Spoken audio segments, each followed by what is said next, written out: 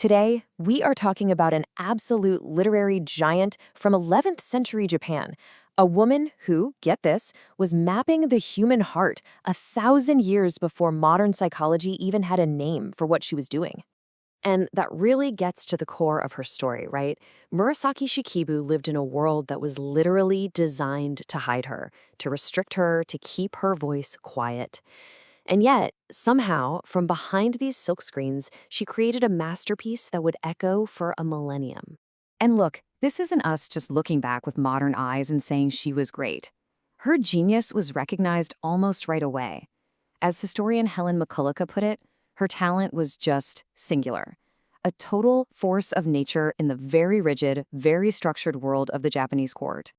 Her work, The Tale of Genji, is, well, it's monumental. I mean, we're not talking about a short story here. This is a massive 54-chapter epic that took her over a decade to write. It follows the lives and loves of something like 400 different characters. It's not just a book, it's an entire world she built. But to really get a handle on what she accomplished, we first have to understand the world she was living in. It was a place of incredible beauty and, at the same time, brutal restriction. Let's step inside the Heian imperial court. So, you have to picture the Heian court as this isolated bubble. Power wasn't won on a battlefield, it was won through something called marriage politics. You'd strategically marry your daughters into the imperial family to gain influence. And because of this, the women's quarters, the rear court, actually became this surprising hub of culture and political maneuvering. In this world, your reputation was everything, and it was judged by things like the elegance of your poetry, the beauty of your handwriting, or even the unique scent of the incense you wore. For women, it was a life of seclusion, a beautiful golden cage where they were heard, but very, very rarely seen.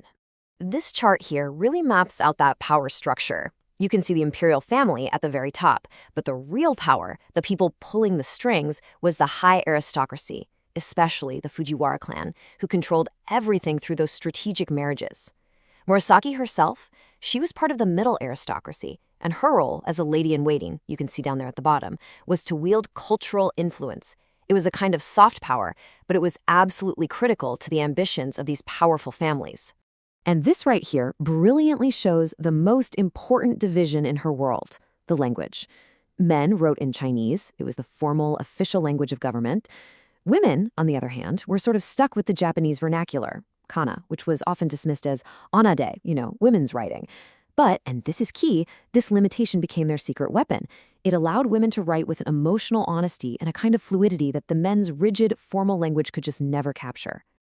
And this is where our protagonist enters the story.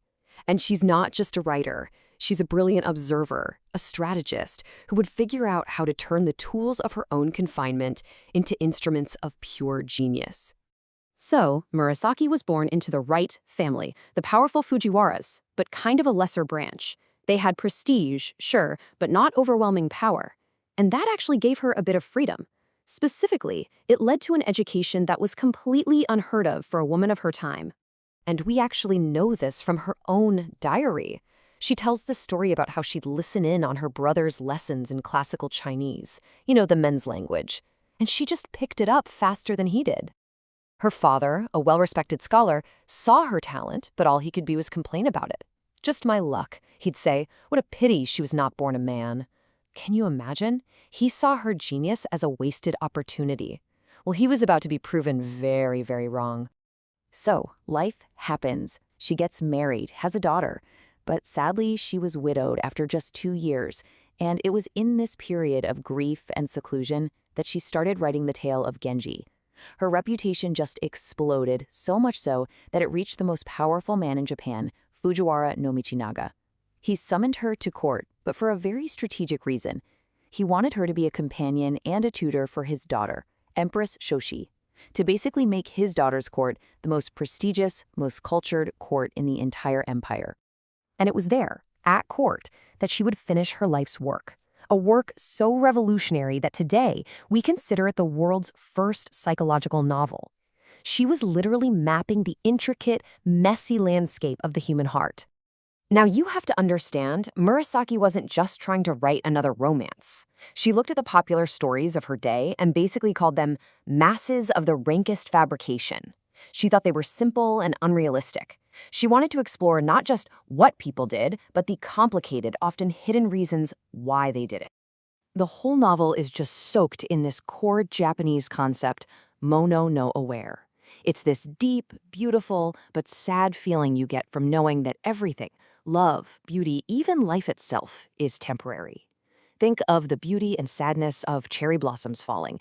That's the feeling. And this idea shows up over 1,000 times in Genji, giving the story this incredibly profound emotional weight. And this is where her genius just goes to another level. She was writing about these complex psychological ideas centuries before anyone else. You've got the hero, Prince Genji. He isn't just some charming womanizer, he's a man driven by deep-seated childhood trauma, endlessly searching for a woman who can replace the mother he lost. Her characters don't just get sick, they suffer from psychosomatic illnesses, chest pains, and fainting spells brought on by pure emotional distress. And then, most famously, she turns raw human emotion into a literal supernatural force. So check out this character, Lady Rokujo. Her jealousy and her rage are so powerful and so repressed by the strict rules of the court that they actually manifest as a living spirit that leaves her body to attack and even kill her rivals. In this absolutely chilling quote, the spirit itself confesses that it's driven by this desire for revenge born from its own suffering. I mean, come on, that isn't a ghost story. That is a terrifyingly accurate metaphor for the destructive power of repressed emotion. So what Murasaki created weren't just characters. They were these incredibly complex psychological archetypes. You've got Genji, the shining hero, whose charisma is just a shield for his desperate search for a mother figure. You have Lady Rokujo, the aggressor whose pride turns her jealousy into an actual demon.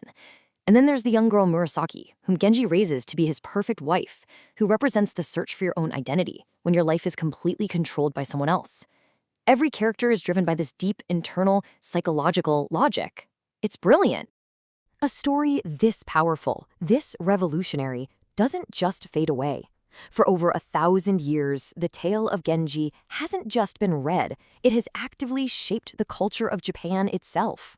The journey of this tale is just incredible. It starts off as entertainment being read aloud to the emperor. A century later, it's being illustrated in these beautiful, elaborate picture scrolls. By the 17th century, it's a cultural touchstone, with scenes from the story decorating wedding sets.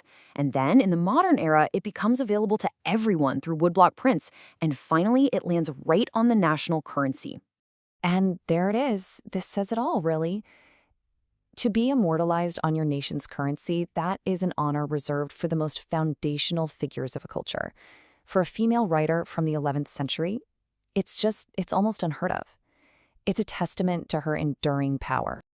Murasaki Shikibu's story proves that genius can absolutely flourish in the most restrictive environments imaginable. It proves that a voice that was meant to be a whisper can become an eternal echo. And it leaves us with a pretty big question, doesn't it? What other stories, what other masterpieces are still out there, hidden in the shadows, just waiting for us to finally listen?